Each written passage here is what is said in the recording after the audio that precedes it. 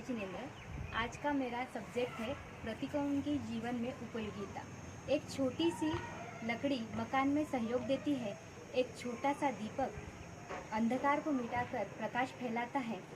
एक छोटी सी चिंगारी कपास के ढेर को राख कर देती है और एक छोटी सी चिंतन की धारा कर्म के ढेर को समाप्त कर देती है। प्रतिक्रमण बस एक चिंतन की धारा है। प्रतिक्रमण है आत्मिक चिंतन आवश्यक क्रिया का है एक साधन। प्रतिक्रमण यानी पापों से पीछे हटना, पापों का अवलोकन करना, अशुभ योग से शुभ योग की ओर जाना यानी प्रतिक्रमण। आत्मचिंतन के लिए, आत्म उत्थान के लिए प्रतिक्रमण करना आवश्यक है, इसलिए इसे आवश्यक सूत्र भी कहा जाता है। प्रभु ने हमें उभय काल यानी दोनों समय प्रतिक्रमण करने के लिए कहा है।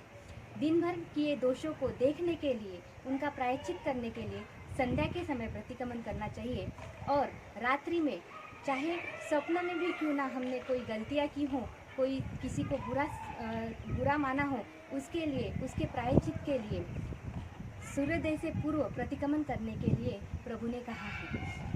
हमारी ये आत्मा अनेक भव फिर के आई है। पृथ्वी काय से लेके वनस्पति काय तक, एकेंद्रिय से लेके पंचेंद्रिय तक, हर भव में इसने अनंत दुखों को सहन किया है और अनंत कर्मों की निर्जरा करते करते आज ये मनुष्य गति को प्राप्त हुई है।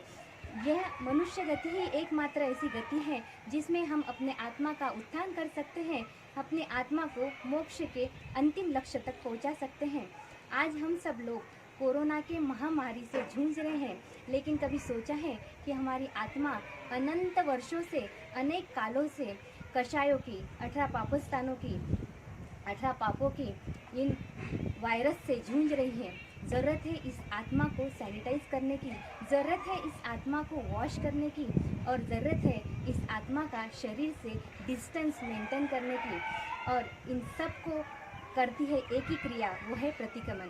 प्रतिक्रमण एक ऐसा सैनिटाइज़र है जो आत्मा को शुद्ध बनाता है, जो आत्मा में लगे हुए दोषों का अवलोकन करता है और इसे प्रायश्चित के पानी से आत्मा को वॉश करता है।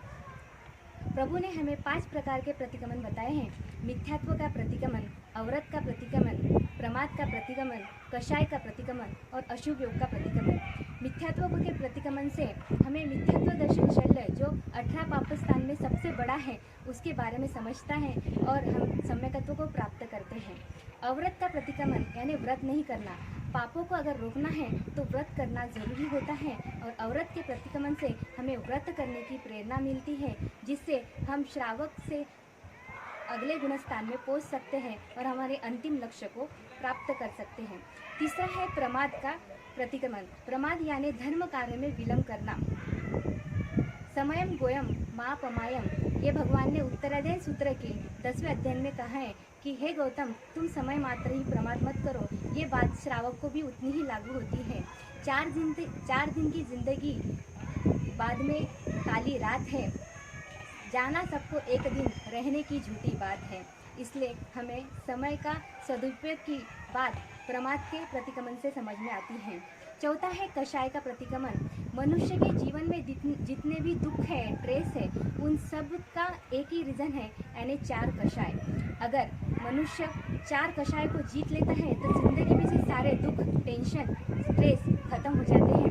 और ये 4 कषाय हैं क्रोध, मान, माया, लोभ।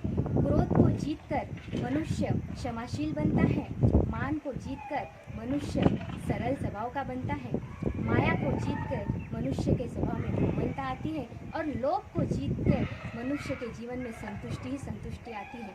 अशुभ योग यानी मन, वचन, काया से किसी के बारे में बुरा चिंतन करना, दूसरों को गलत ठहराना यानी अशुभ योग। प्रतिक्रमण में यही कार्य किया जाता है। प्रतिक्रमण एक दर्पण की तरह है जिसमें अपने दोषों का अवलोकन किया जाता है और अपने किए गए दोषों का प्रायश्चित करके उन दोषों को मिटाया जाता है। इससे आत्मा अशुभ से शुद्ध बनती है। भगवान ने प्रतिक्रमण की जो क्रम किया है वो भी अपने आत्मा को पूरी तरह से शुद्ध करने के हिसाब से ही लगाया है। पहला है सामायिक यानी राग दोष रहित समता। जो मनुष्य समता को धारण करता है वही किसी की स्तुति कर सकता है, वही गुणानुवाद कर सकता है। इसलिए पहले सामायिक के बाद है 2400, जिसमें 24 तीर्थंकर भगवान की स्तुति की गई है। जो मनुष्य गुणों के महत्व को समझ लेता है, वो सरल स्वभाव का, सरल मन का मनुष्य ही गुणों को नमन कर सकता है। इसलिए तीसरे नंबर पे है वंदना। जो व्यक्ति मन, वचन और काया से सरल बन जाता है, वो अनाचरण करने की सोच ही नहीं सकता, लेकिन प्रमादवश अगर उसे कोई दोष लग गए हैं तो वो उसे दबाने के बजाय उसका प्रायश्चित करना चाहता है। इसलिए चौथे नंबर पे है प्रायश्चित, प्रतिक्रमण।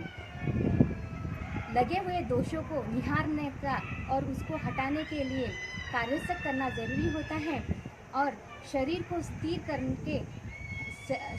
स्थिर किया जाता है। स्थिर शरीर ही स्थिर मन का एकमात्र साधन है। इसलिए पांचवा है कार्योत्सक। जो व्यक्ति मन से, वचन से, काया से स्थिर हो जाता है, वही व्यक्ति आत्म संयम कर सकता है, आत्मा का उद्धार कर सकता है और प्रत्याख्यान कर सकता है। इसलिए छठे नंबर पे है प्रत्याख्यान। कमल की तरह मुस्कुराते रहो, गुलाब की तरह अपनी महक फैलाते रहो। प्रतिक्रमण है कोहिनूर हीरे की तरह, इसे जीवन रूपी अंगूठी में धारण करते रहो।